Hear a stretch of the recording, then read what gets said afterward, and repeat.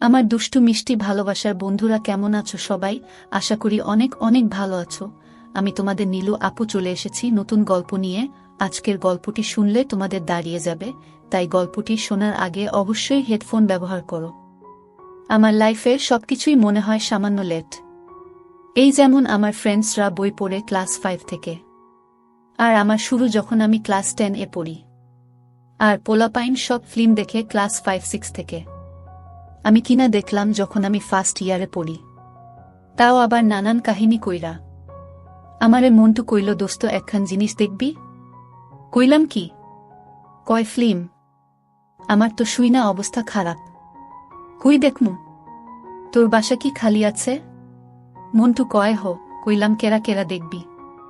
আমি, শাকিল, ফয়সাল, রাসেল, শয়ন আর তুই যদি দেখতে চাস জবাব দিল মন্টু। কইলাম ঠিক আছে। 50 টাকা দে। মন্টু সাথে সাথে কয় 50 টাকা? কই পামু? আমার কাছে 50 টাকা নাই, আমি 10 টাকা দিতে পারি। উহু হইব না, দেখতে চাইলে 50 টাকাই লাগব। আমরা সবাই 50 টাকা কইরা দিতাছি। আজকে বিকালের মধ্যে 50 টাকা দিলে কালকে সকাল 10টায় আমার বাড়িতে আইস, নইলে তুই বাদ। আমি চিন্তা কইরা কইলাম 50 টাকা দিতে পারি, তয় আজকে পারুম না, কালকে দিমু। তোরা সব ম্যানেজ করা, আমি কালকে সকালে দিয়া দিমু। উহু আজকে না দিলে তুই কালকে আসবি না। আর আসলেও আমি কিন্তু তোরে ঢুকতে দিমু না। পরে আবার মাইন্ড করিস না, শক্ত চোয়ালে মন্টু জবাব দিল। আমি ঠিক করছি, আমি ফিল্ম দেখমুই দেখমু। কইলাম দোস্ত 50 টাকা না দিয়া আমি তোর রুমে না ঢুকলেই তো হয়। তুই অ্যারেঞ্জ কর, আমি টাইম মতো আয়া পড়মু। মন্টু শিওর যে আমি দেখমু, কারণ ও জানে আমি এগুলান অহনো দেখি নাই। ওর লগে প্রায় বাংলা বই ভাগাভাগি করতাম। আমি কিনলে ওরে দিতাম, ও কিনলে আমারে। আর আমিও জানতাম মন্টু যখন কইছে ও ঠিকই অ্যারেঞ্জ করব। আর আমিও ঠিকই দেখমু, পয়সা দিলেও না দিলেও। তবে আমি ছোটবেলা থেকেই একটু বেশি স্ট্রেট। আমার কাছে পয়সা না থাকলে আমি কারো পয়সায় কিছু করি না। পয়সা ম্যানেজ করার চিন্তা মাথায় নিয়া বাসায় গেলাম। দুপুরে খাইলাম, এরপর আম্মুরে কইলাম, মা আমার 50 টাকা লাগব। কেন? না মানে আমার বন্ধুর জন্মদিন, ওরে কিছু দিতাম। আর কি কি দিবি? দেখি কোনো উপন্যাস দিমু। আম্মু বলল, কবে জন্মদিন? কালকে। উত্তর দিলাম, টাকাটা আমারে এখন দাও, আমি বিকালে কিছু কিনা রাখমু। আম্মু 50 টাকা দিল। ওই দিনই বিকালে মন্টুরে টাকা দিলাম। কইলাম মিস যেন না হয়। বিকালে মর্টিন কয়েলের 2টা খালি প্যাকেট রে বই সাইজের বানাইয়া রেপিং কইরা বাসায় আইলাম। আম্মু কয়, কি বই কিনলি দেখি? আমি কইলাম, রবীন্দ্রনাথের নির্বাচিত কবিতার বই। আম্মু কয়, দারুণ, খোলা, আমি আজকে রাতে পড়ে কাল সকালে তোরে দিয়া দিমু। কইলাম, অসম্ভব, এটা খোলা যাবে না। কেন? কেন মানে এটা একজনের গিফট। গিফট তো কি হয়েছে? আমি তো আর খায়া ফালামু না। কইলাম, না, এটা ওর জন্য কিনছি, ওরে দেই, পরে ওর কাছ থেকে তোমারে আয়না দিমু। আম্মু রাজি হইল, আর আমিও হাফ ছেড়ে বাঁচলাম। পরদিন সেই মহেন্দ্রক্ষণ রাপিং করা বই, আসলে কয়েলের বাক্স, নিয়া মন্টুর বাসায় গেলাম। যায় দেখি সবাই আছে। কিরে জয়, তুই এইখানে কি করস? আমি কই, আইজকা তো পার্টি, গিটার মিটার বাজামু, তাই আইলাম। মন্টু কয়, তোর হাতে কি? কইলাম, তোর জন্মদিনের গিফট। গিফট? আমার জন্মদিন? কি কস? আমার জন্মদিনই তো সেপ্টেম্বরের 22 তারিখ। আর আইস হইল এপ্রিলের 12 কেমনে? কইলাম, আমি তো জানি তোর জন্মদিন আইসকা। ধরনে, তুই আমারে জীবনের পয়লা ফিল্ম দেখাইতাস, তাই তোর লাইগা আনলাম, এইটাও তো একটা উপলক্ষ। আর কি, সবাই তো। মন্টু যথারীতি তার উপহার খুলল, আর সবাই সাথে সাথে হাসাহাসি শুরু করল। মন্টু তো রাইগা গেল, কয়, মর্টিনের বাক্স, তাও আবার খালি। আমি তো মনে করছি তুই বই তুই নিয়ে আইস, তুই বাইর হ, তোরে আমি দেখামো না। তখন ওরে সব কইলাম, আর সবাই হাসতে হাসতে গড়াগড়ি খাওয়া আরম্ভ করল। তোর আইসকা জন্মদিন না বানাইলে আমার তো আর ফিল্ম দেখা হইত না। তুই তো আর আমারে মাগনা দেখাইতি না।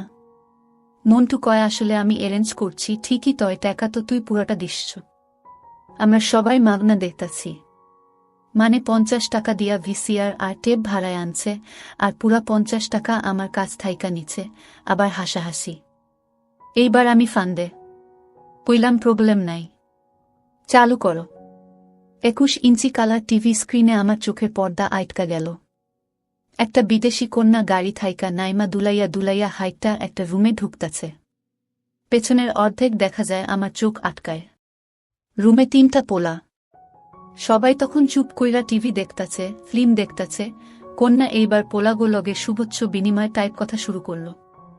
একটু পরেই একটা পোলা হাত দিয়া কইলা, ওয়াও ইউ হ্যাভ নাইস। কন্যার মুখ ভরা হাসি। এরপর আস্তে আস্তে কন্যার বদন থাইকা সব কন্যা নিজেই খোলা আরম্ভ করল। সবুজ কালারের টি শার্টের নিচে চকলেট কালারের আর সেম কালারের উপরে এই দুইটা যা লাগতাছে। মনে মনে ভাবি, পেছন থেকে রাসেল কয়, কি অবস্থা মাম্মা? আমার তো অবস্থা বেগতিক। জিন্দেগির প্রথম চোখের পর্দা আর টিভির পর্দা এক হয়ে গেছে গা। কন্যা এইবার হের প্রমাণ সাইজের পাহাড় দুইটা আমার চোখের সামনে হাজির করল। আমি নিজেরে ফিল্মের নায়ক ভাবা শুরু কইরা দিছি। আর কি, একটা পোলা হেই নিয়ে আলতো খাচ্ছে। বাকি পোলারা নিজের মন্টু কয়, জয় তুই কোনডা? আমি কই, আমি 3 নম্বর ডা। কন্যা কি সুন্দর কইরা খাইতাছে দেহস না। অনেকদিন আর এইসব দেখি নাই। এরপর আমি যখন ইন্টারমিডিয়েট পরীক্ষা শেষ করি, তখন আমার বাবায় আমারে একখান কম্পিউটার কিনা দিল। আমার রেজাল্ট ভালো হয়েছিল বইলা। তখন বাজারে সিডি অ্যাভেলেবল। শুরু হইল আমার দেখার মেলা। এত দেখছি যে কাউন্ট করলে বন্ধুদের সবাই ক্লাস 5 থাইকা যতগুলা দেখছে, তার চেয়ে বেশি হইব। আল্লাহর 30 দিন 3-4টা, কখনো কখনো আর 10টা কইরা দেখতাম। দিনে দিনে আমি থিওরিক্যাল প্রফেসর হইয়া গেলাম। কিন্তু কখনো কোনো মেয়ে সত্যিকার পাই নাই। পোলাপাইন প্রেম করে রুম ডেট করে আমার সেই অবস্থাও নাই। আমিও প্রেম করি, তয় আমার ডার্লিং থাকে আমার বাড়ি থেকে 90 কিমি দূরে, মানে পার্শ্ববর্তী জেলায়।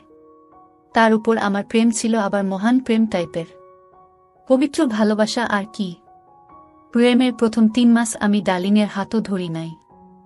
অন্য কিছু তো দূরের কথা। প্রেমের 7 মাসের মাথায় এক রিকশায় উঠি। আর প্রায় বছরখানেক পরে প্রথম সেই দিনের ঘটনা।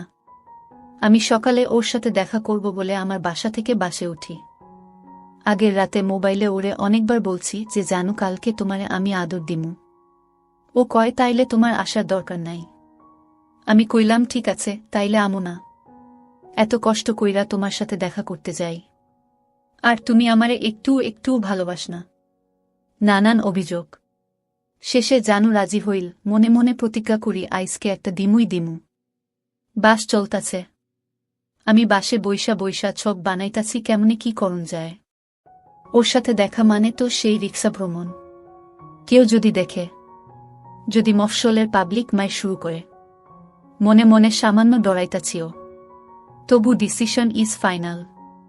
আইসকা জানুরে না দিলে বাঁচুম না। চিন্তা করতে করতে বাস জায়গা মত আয়া পড়ছে। বাস থাইকা নাইমে জানুরে ফোন দিলাম। জানু কই তুমি আয়া পড়ছ? একটু দাঁড়াও, আমি 10 মিনিটের মধ্যে আসতাছি। আমি একটা রেস্টুরেন্ট গিয়া মুখ হাত ধুইলাম। চা এর তেষ্টা অনেকক্ষণ যাবত। চা খেতে হবে, সাথে একটা সিগারেট। আমি তখন নতুন সিগারেট খাই, দিনে 2-3টা, এর বেশি না। ভাবলাম ওর তো 10 মিনিট মানে মিনিমাম আধ ঘন্টা অতীত অভিজ্ঞতা।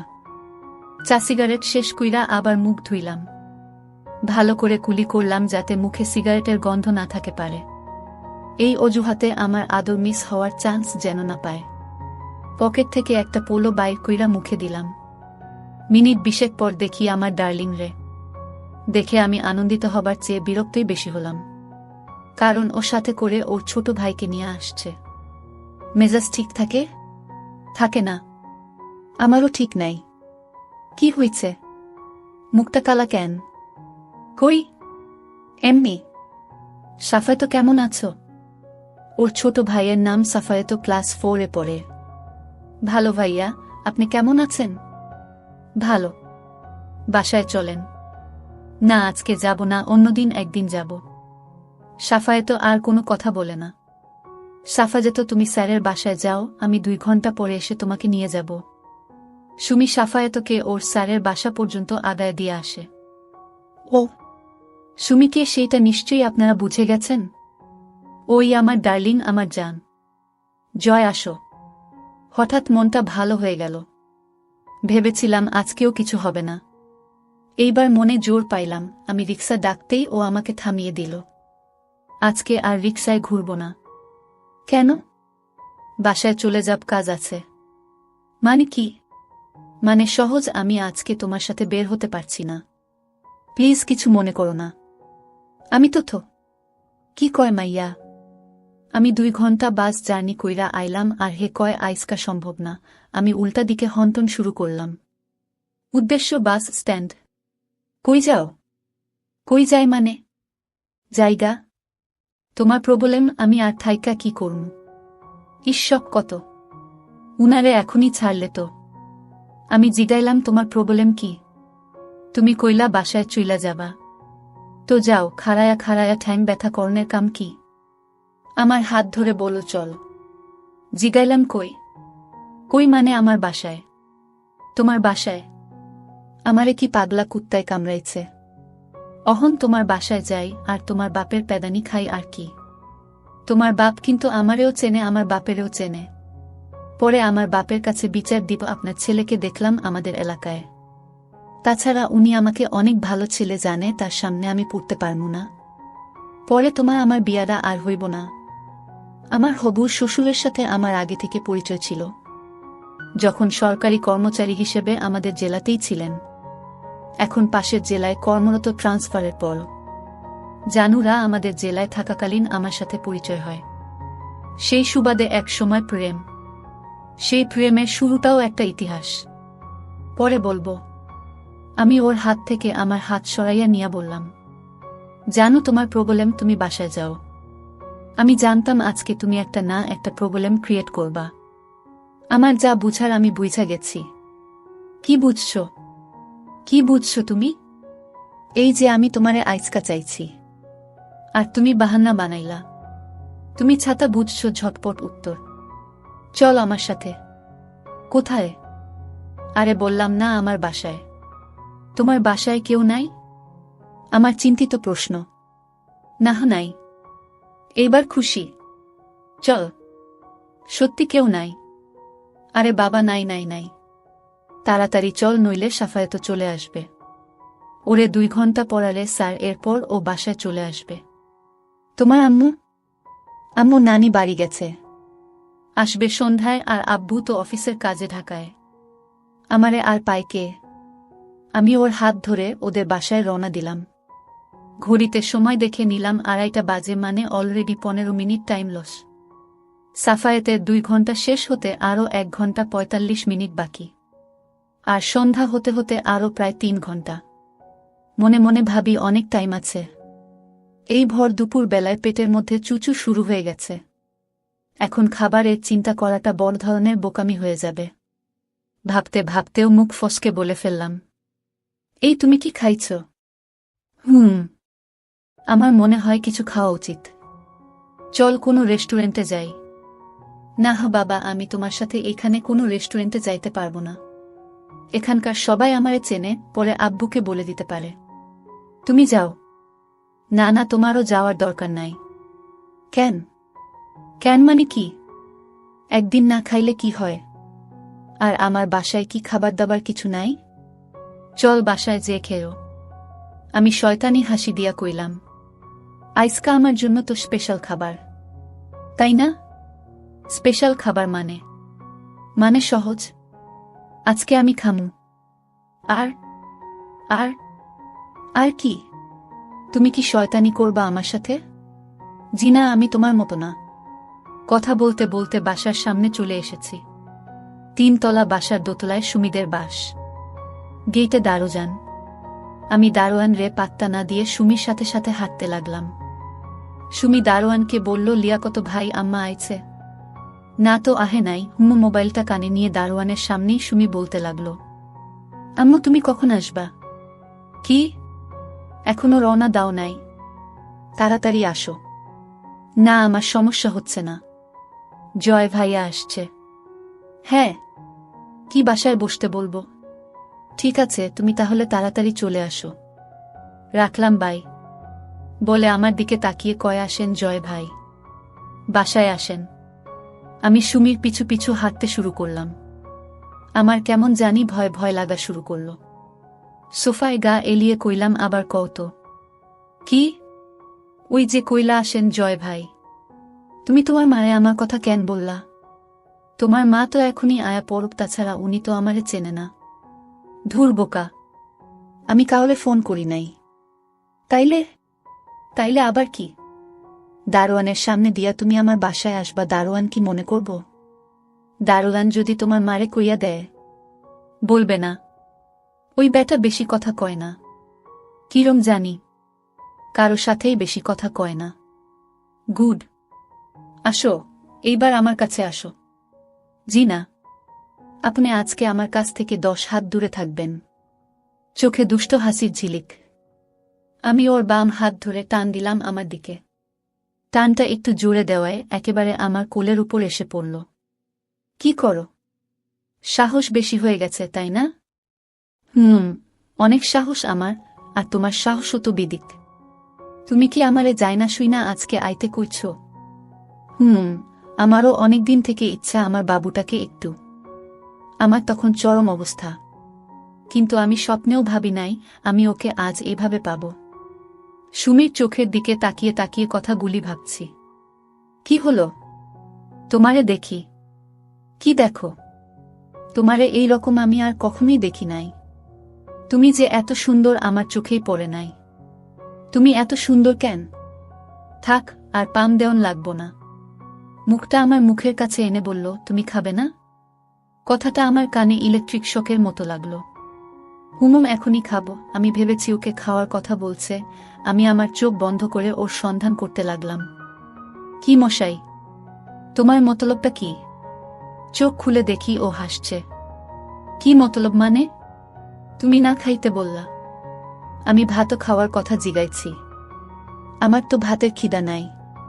তুমি আমারে আইসকা জাদু করছো। সত্যি তখন আমার ভাতের খিদে ছিল না। প্লিজ কাছে আসো। আমি ওর 2 গাল 2 হাতে ধরে কপালে একটা, ও আমাকে 2 হাত দিয়ে ধরল শক্ত করে। আমাকে আর পায় কে? আমি ওকে আমার কোলে বসিয়ে ওর নাক শুরু করলাম। ও চোখ বন্ধ করে আমার ভালোবাসায় ডুবে গিয়েছিল। এভাবে চলল মিনিট 3। আমার চোখ আর সুমির চোখ যেন একটাই। এতটাই বিভোর হয়ে গিয়েছিলাম যে আমি সোফা থেকে উঠে দাঁড়ালাম। ওকে আমার বুকের মধ্যেখানে শক্ত করে ধরে চোখ বন্ধ করে 1 সেকেন্ডের 10 ভাগের 1 ভাগ সময়ের জন্য এতটুকু স্পর্শই ওকে এতটা কামাতুর করে দেবে ভাবতে পারি নাই। চোখ আমার বন্ধ, মনে হচ্ছে আমার এই মুহূর্তে আমার ঠিকানা অন্য কোথাও। কতক্ষণ আমরা এভাবে একে। বিপত্তি ঘটল যখন কলিং বেলের আওয়াজ শুনলাম। দুজনেই উঠে দাঁড়ালাম, দেখলাম ওর চোখ লাল হয়ে গেছে। আমি যেন বেহেস্ত থেকে সরাসরি দোজখে নেমে এলাম। কে? সুমি হাত দিল। কে? আমি দরজার ওপাশ থেকে ভেসে আসা কণ্ঠ। আমি কে? আরে খোল না। আমি চৈতি। চৈতিটা আবার কে? আমি জিগাইলাম। ওহ, ও আমার বান্ধবী। তুমি এক কাজ কর, তুমি আমার রুমে দরজা আটকায়া বইসা থাকো। আমি 2 মিনিটের মধ্যে ওর বিদায় কইরা আইতাছি। তাড়াতাড়ি এসো। এখন আমি সুমির বেডে। সুন্দর করে সাজানো রুম। দেয়ালে সুমির পেইন্ট করা কিছু ছবি। ড্রেসিং টেবিল ভর্তি কসমেটিক্স। আর যে জিনিসটা পেলাম তালা জবাব। বিছানার এক পাশে একটা কালো রঙের। আমার ধারণা ও ভাবতেও পারেনি আমি ওকে ছেড়ে দেব। পরে অবশ্য জেনেছি যে আমার ধারণা সত্যি ছিল, ও এমনই কথার কথা বলছিল। বললাম, সরি। দুজন পাশাপাশি শুয়ে আছি। তুমি এই রকম করলা কেন? সরি বলছি তো। সরি? কিসের সরি? আমি তোমাকে অনেক ভালো ভেবেছিলাম। আমার কি দোষ? তুমিই তো আমাকে বাসায় আনছো। আমি কি একলা তোমারে আদর দিচ্ছি? তুমিও তো আমারে দিলা। তাই বলে তুমি আমার উপর। ছি ছি। আমি ওকে এক ঝটকায় আমার উপর নিয়ে আসলাম। ওর চুলে আমার মুখ ঢেকে গেল। 2 হাত দিয়ে চুল সরিয়ে জিগাইলাম, অহন হইছে? কি? কি মানে অহন? তো শোধবোধ নাকি? কি শোধবোধ? এই যে অহন তুমি আমার উপরে। না হয় নাই। এইভাবে কি শোধবোধ হয়? তুমি আমারে কোনোদিন ভুলে যাবে না তো? না, তোমারে ভুলা যাবে না। আমি তোমারে ভুলে যাব এটা হইতে পারে না। আর তুমি আমারে ভুইলা যাবা, এইটা আমি হইতে দিমু না। চামে ডায়লগটা দিয়া দিলাম। আমার উপর ওর মিশে এক হয়ে গেছে। আমি ওর পিঠের উপর হাত দিয়ে ধরলাম। তাতে ওর পুরাটা আমি অনুভব করতে পারতাছি, কিন্তু হাত দিয়ে ধরার সাহস পাইতাছি না। জান, আমার জিনিস দুইটা একটু দেখি। তোমার জিনিস? কি জিনিস? না মানে তোমার কাছে আমার দুইটা জিনিস রাখছি না, ওইটা একটু দেখি। কি রাখছো তুমি? তোমার গিফটগুলা। আরে না। আমি ওর কানে কানে বললাম, তোমার কাছে আমার যে দুইটা আছে ওইটা একটু ধইরা দেখি। না, আমার শরম লাগবো। ইস, জিনিস তো আমার। তোমার শরম লাগবো কেন? ওই দুইটা তোমার হইল কেমনে? কেমনে মানে? ওই দুইটা তো আমারই। তোমার কোনো কামে লাগে?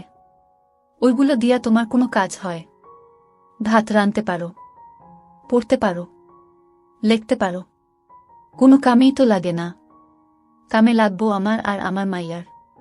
ওইটা অহন আমার আর আমাগো একটা মেয়ে হইলে ওরে কিছুদিনের জন্য দিমু। তোমার জিনিস তো পারমিশন নেওয়ার কি দরকার? নিয়া যাও। ওই দুইটা খুইলা তোমার পকেটে কইরা নিয়া যাও। বাসায় বইসা বইসা যা করার কইরো। আমার হাতে আসমানের চানত পাইলাম। জিন্দেগির প্রথম কোনো হাত দিলাম। ও আমাকে ঝটকা মেরে উঠে বসল। কি হইছে? ওর সারা শরীর কাঁপতেছে। আমি ভয় পেয়ে গেলাম। কি হইছে তোমার? জানি না, বলে বিছানায় বসেই আমাকে